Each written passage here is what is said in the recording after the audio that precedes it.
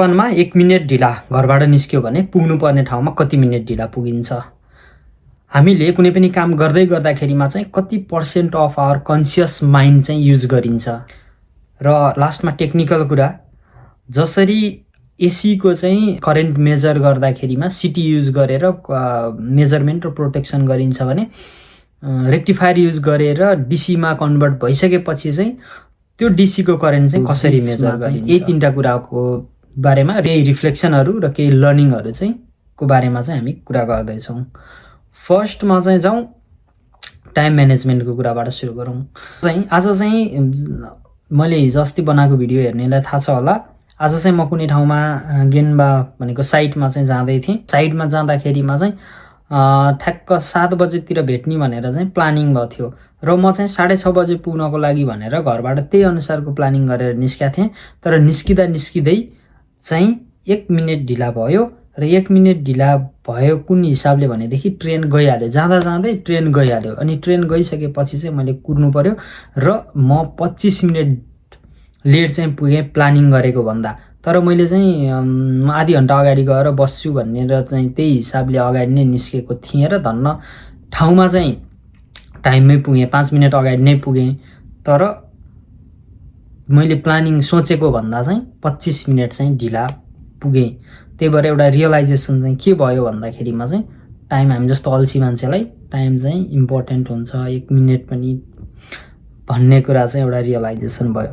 अब जाउँ सेकेन्ड कुरा। र म फर्किँदै गर्दाखेरिमा चाहिँ मलाई एउटा भिडियो बनाउन मन लाग्यो होइन, बाटोमा हिँड्दै गर्दाखेरिमा। अनि के रियलाइजेसन भयो भन्दाखेरिमा चाहिँ त्यतिखेर एउटा च्यालेन्ज चाहिँ मलाई के लिन मन लाग्यो भन्दा, हामी चाहिँ जुन टाइम जे कुराको लागि भनेर चाहिँ दिया छ माइन्डलाई पनि त्यही कुरालाई मात्र चाहिँ दिन ट्राई गर्ने के। गाह्रो चाहिँ लास्टै गाह्रो हुन्छ, किनभने माइन्डमा त धेरै कुराहरू आइरहेको हुन्छ नि त। धेरै कुराहरू गेजङ मेजङ तरिकाले ज्यान एकातिर हुन्छ मन अर्कोतिर भने जस्तो माइन्डमा धेरै कुराहरू आउँछ। तर मेन चाहिँ हामीले जे गर्न खोजिरहेछौँ त्यसमा चाहिँ कन्सियस हुने ट्राई गऱ्यौँ भनेदेखि चाहिँ मेबी केही वर्षको प्र्याक्टिस पछि चाहिँ प्रेजेन्ट मोमेन्टलाई चाहिँ फोकस गर्न सकिन्छ जस्तो चाहिँ मलाई लाग्यो। त्यो कुरा चाहिँ रियलाइजेसन भयो र एकदम त्यही भएर मैले चाहिँ भिडियो बनाउन मन लाग्थ्यो। मैले चाहिँ भिडियो नबनाइकन जे कामको लागि आएको ठ्याक्क त्यही काम चाहिँ गरेँ। त्यसपछि चाहिँ भिडियोको टाइम भनेको बेलुका हो भन्ने सोचेर अहिले चाहिँ ठ्याक्क आधी घन्टा छुट्याएर चाहिँ भिडियोको लागि, यो अर्को रियलाइजेसनको कुरा भनौँ न, रिफ्लेक्सन जस्तो लर्निङ। तपाईँहरूलाई चाहिँ के लाग्छ यसमा चाहिँ मल्टिटास्क गर्नु राम्रो हो कि कुनै एउटा मोमेन्टमा चाहिँ एउटा मात्र काममा फोकस गर्नु चाहिँ राम्रो? तपाईँहरूलाई चाहिँ के लाग्छ सेयर गर्नुहोस् है त। अब चाहिँ जाउँ आजको ठ्याक्कै कामको कुरामा सिधै। आज चाहिँ म एउटा नयाँ साइटमा गएको थिएँ होइन, नयाँ फ्याक्ट्रीमा गएको थिएँ। र रमाइलो कुरा चाहिँ त्यहाँ के भयो भन्दाखेरिमा जापानमा चाहिँ कुनै पनि नयाँ फ्याक्ट्रीमा यदि हामी गइरहेछौँ भने चाहिँ त्यहाँ जाने बित्तिकै लगभग 1 घन्टा जति भनेको चाहिँ त्यो साइटको बारेमा चाहिँ सेफ्टी ट्रेनिङ हुन्छ। सेफ्टी भएर कसरी काम गर्ने भन्ने ट्रेनिङ हुन्छ। लगभग 1 घन्टा जतिको ड्युरेसनको हुन्छ। आधी घन्टा जति चाहिँ उनीहरूले एक्सप्लेन गर्छन्। त्यसपछि चाहिँ एउटा सानो टेस्ट जस्तो हुन्छ, त्यो टेस्ट दिनुपर्ने हुन्छ र त्यो टेस्ट पास भयो भनेदेखि चाहिँ त्यो साइडमा काम गर्न पाइन्छ। यदि त्यसमा चाहिँ पास हुन सकेन भनेदेखि चाहिँ पाइँदैन।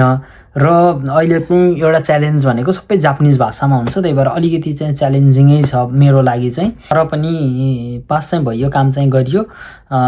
र यो पल्ट अहिले आजको भनेको चाहिँ म एक्लै थिएँ कि, अरू दिन चाहिँ सिनियरहरू अनि जो टिम हुन्छ नि टिमसँगै भइन्थ्यो। तर आज भनेको चाहिँ सिनियर पहिले गएर चाहिँ सुपरभाइजर पहिले गएर काम गरिसकेको कारणले गर्दाखेरिमा आज चाहिँ म एक्लै थिएँ।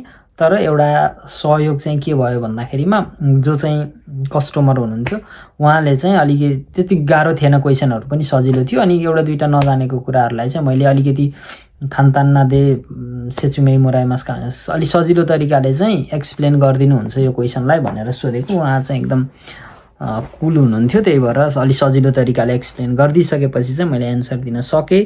त्यसपछि चाहिँ पास भएर अनि काम चाहिँ भयो। र एउटा इन्ट्रेस्टिङ सेयर गर्न रमाइलो कुरा चाहिँ के छ भन्दा, त्यसपछि जब त्यो पास भयो नि त्यसपछि चाहिँ त्यहाँ एउटा मिटिङ हुन्छ। अनि त्यो मिटिङमा चाहिँ एक्सर्साइज गर्नुपर्ने हुन्छ अनि केही ब्रिफिङ गर्छ आजको दिनमा चाहिँ त्यो फ्याक्ट्रीमा के कामहरू भइरहेछ यताउता भन्ने कुराहरूको चाहिँ ब्रिफिङ गर्छ। त्यो ब्रिफिङ सुनिसकेपछि चाहिँ आफ्नो आफ्नो काममा लाग्ने हो। र आज चाहिँ यति धेरै फ्याक्ट्रीको मान्छे हो भने त हरेकपल्ट चाहिँ म नयाँ फ्याक्ट्रीमा जाँदाखेरिमा चाहिँ त्यस्तै हुन्छ र आज पनि ठ्याक्कै त्यस्तै भयो।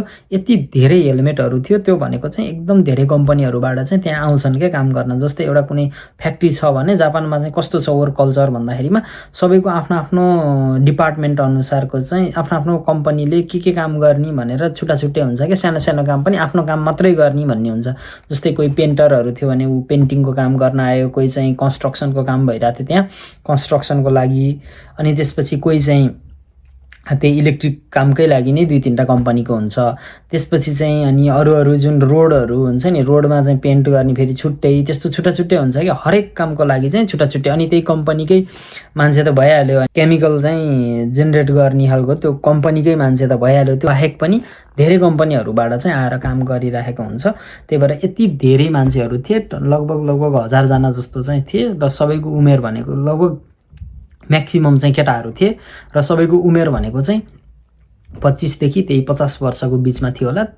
30-40 वर्षको उमेरको समूहको चाहिँ सबभन्दा म्याक्सिमम थिए र हेर्दा पनि एकदम रहर लाग्ने खालको चाहिँ थियो। विदेशीहरू पनि थिए, जापानिजहरू पनि थिए, विदेशीहरू अलिअलि थिए, अफ्रिकादेखि लिएर धेरै ठाउँको मान्छेहरू चाहिँ थिए। सबजना हेलमेट लाएर, कसैले चाहिँ टक्क यस्तो हार्नेस जो चाहिँ उचाइमा काम गर्ने हुन्छ। यहाँ चाहिँ रुल हुन्छ, जस्तै 2 मिटरभन्दा माथि चाहिँ खुल्ला ठाउँमा यदि काम गर्दैछ, कुनै कन्स्ट्रक्सनको काम गर्दैछ अथवा कुनै खुल्ला ठाउँमा चाहिँ 2 मिटरभन्दा माथि चाहिँ यदि काम गर्दैछ भने उसले चाहिँ सेफ्टीको लागि भनेर बेल्ट चाहिँ लाउनु पर्ने हुन्छ। त्यसपछि 5 मिटरभन्दा माथि सबैमा फेरि यही रुल लागु हुन्छ भन्ने होइन, त्यो फ्याक्ट्री अनुसार चाहिँ फरक हुन्छ। तर आजकोमा चाहिँ त्यो थियो र 5 मिटरभन्दा माथि चाहिँ यदि कसैले खुल्ला ठाउँमा चाहिँ काम गर्दैछ भने उसले चाहिँ फुल हार्डनेस भनेर पुरै चाहिँ हार्डनेसको त्यो ऊ चाहिँ लगाउनुपर्छ क्या, एउटा सेफ्टीको लागि भनेर। त्यो चाहिँ शरीरमै भिरेर हिँड्नुपर्छ क्या, प्रयोग नगरे पनि शरीरमै भिरेर चाहिँ हिँडिराख्नुपर्छ। सबजना त्यस्तै, सब भन्नाले म्याक्सिमम कोही मान्छेहरू त्यस्तैमा थिए। कोही चाहिँ त्यो स्क्रुड्राइभरहरूलाई टक्क यस्तो साइडमा चाहिँ बेल्टमा अड्काएर राखिरहेको थिए, कसैले चाहिँ के गरिरहेको थिए। एकदम रमाइलो खालको थियो माहौल हेर्दाखेरिमा। त्यसपछि एउटा एक्सर्साइज भयो र हामी चाहिँ काममा गइयो। र काम भनेको चाहिँ आज मैले 3टा प्यानलमा चाहिँ काम गरेको थिएँ। एउटा भनेको होकीबान भनेको चाहिँ एक्जिलरी प्यानल हो। एक्जिलरी प्यानलमा चाहिँ हिजै भनिसकेँ है मैले सिस्टमको बारेमा चाहिँ, आज फेरि त्यो कुरा रिपिट गर्दिनँ। त्यसमा चाहिँ ब्रेकरहरू, त्यसपछि टाइमरहरू, ब्रेकर भनेको चाहिँ त्यो कुलिङ फ्यानहरू, त्यसपछि पम्पहरू जति पनि छ त्यो सिस्टममा युज भएको, त्यो सबै सिस्टममा युज भएको सबै कुराहरूको चाहिँ ब्रेकरहरू, त्यसपछि टाइमर रिलेहरू, त्यस्तो कुराहरू चाहिँ हुन्छ। आज चाहिँ एउटा त्यसमा काम भयो। र अर्को भनेको चाहिँ थाइरिस्ता सेग्योबान भन्छ जापानिज भाषामा। त्यो भनेको चाहिँ थाइरिस्टर कन्ट्रोल प्यानल हो। थाइरिस्टर कन्ट्रोल प्यानलमा चाहिँ कन्ट्रोल सिस्टमहरू हुन्छ। त्यहाँबाट चाहिँ जस्तै यो थाइरिस्टरलाई चाहिँ पल्सहरू दिनुपर्छ नि, हो त्यो पल्सहरू। त्यसपछि चाहिँ अनि एउटा कन्ट्रोल प्यानल नै हुन्छ जुन चाहिँ डिसी युज गरेर, डिसी भोल्टेज चाहिँ युज गरेर त्यो थाइरिस्टरको पल्सहरू, त्यसपछि चाहिँ अरू धेरै कुराहरू, अरू पनि कुराहरू थियो होइन, मेजरमेन्टको कुराहरू, प्रोटेक्सनको कुराहरू, सबै त्यो होल सिस्टमलाई नै चाहिँ कसरी कन्ट्रोल, प्रोटेक्सन र कन्ट्रोलको लागि युज हुने चाहिँ त्यो प्यानलको काम थियो। र अर्को भनेको देनखाई सेग्यो खान्सी रिलेबान भन्ने छ। त्यो भनेको चाहिँ electrolytic rectifier monitoring relay panel भन्ने हुन्छ। त्यसमा चाहिँ म्याक्सिमम रिलेहरू चाहिँ हुन्छ, रिलेको कामहरू हुन्छ। त्यसपछि त्यहाँ चाहिँ सन्ट पनि युज गर्छ।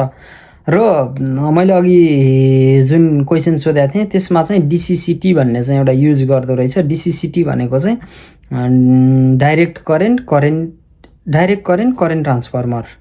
अनि जुन चाहिँ सन्ट बनाएर एउटा सिस्टमलाई चाहिँ सन्ट सिस्टम बनाएर त्यो सन्टबाट चाहिँ डिसी करेन्ट मेजर गर्ने चाहिँ काम गर्दो रहेछ। त्यो भनेको चाहिँ कस्तो भन्दाखेरिमा एउटा मेटल प्लेटबाट चाहिँ ठ्याक्क 2टा पोजिटिभ र नेगेटिभबाट थोरै एउटा करेन्ट सिग्नल, एउटा भोल्टेज सिग्नल चाहिँ लिएर गएर अनि त्यो सिग्नलको आधारमा चाहिँ यतातिर करेन्ट चाहिँ कति फ्लो भइरहेछ भन्ने चाहिँ मेजर गर्दो रहेछ। त्यति चाहिँ मैले बुझेँ। त्यो एउटा सन्ट भन्ने चाहिँ हुँदो रहेछ। अनि मलाई चाहिँ क्वेसन सोध्दै हुनुहुन्थ्यो सुपरभाइजरले, यसको काम के हो, कहाँ छ सन्ट भनेर। र आज भनेको चाहिँ ड्रइङ हेर्ने र एक्चुअलमा काम चाहिँ एकदम त्यो जोस् आज चाहिँ धेरै सिङ्क्रोनाइज गर्न पाइयो। म्याप हेर्दै त्यो चाहिँ प्यानलहरूमा कहाँ कहाँ छ अनि के भइरहेछ भन्ने कुरा चाहिँ हेर्न पाइयो। र अर्को कुरा भनेको 2-3टा डिभाइसहरू चाहिँ त्यो रिलेहरू हुन्छ नि, रिले त्यसपछि चाहिँ त्यहाँ कन्ट्रोलको डिभाइसहरू हुन्छ क्या, जस्तै यो इनपुट आउटपुट ट्रान्सड्युसर त हुन्न यसमा, नाम मैले अहिले बिर्सेँ होइन त्यो डिभाइसहरूको, तर देखेँ भने चाहिँ चिन्छु। त्यो डिभाइसहरूको चाहिँ इनपुट त्यो प्यानलबाट त्यसलाई डिस्कनेक्ट गर्ने र हामीले लिएर गएको जुन सिस्टम छ नि, जुन पावर सोर्सको सिस्टम छ, त्यो पावर सोर्सबाट पावर दिएर अर्को साइडबाट चाहिँ मेजर गर्ने, त्यसको आउटपुट मेजर गर्ने अनि त्यो आउटपुट चाहिँ इनपुट अनुसारको छ कि छैन, ठिक छ कि छैन भन्ने कुरा चाहिँ अब काम भइसकेपछि टेस्टिङको काम हो। त्यही भएर आज चाहिँ त्यति टेस्टिङको काम भयो। र अब भोलि भनेको चाहिँ अझै अरू पनि काम हुन्छ। भोलि चाहिँ बढी काम छ थाहा छैन भनेर चाहिँ बिदा भएको सुपरभाइजर र म भोलि झन् धेरै काम छ। अब भोलि चाहिँ के कुरा सिकिन्छ म फेरि सेयर गर्छु। ओके, भिडियो अलि लामो भइरहेछ अनि अलिकति फ्लो पनि मिलिरहेको छैन, तर एकैचोटि त हुँदै हुन्न। भर्खर त कति दिन भयो, 2 दिन त भयो। एकैचोटिमा चाहिँ यो फ्लोलाई क्याच गर्न चाहिँ अलिकति गाह्रो हुन्छ होला, तर मेबी पछि चाहिँ अझै राम्रो हुँदै जाने छ जस्तो चाहिँ मलाई लाग्छ। Okay, bye bye, thank you for watching.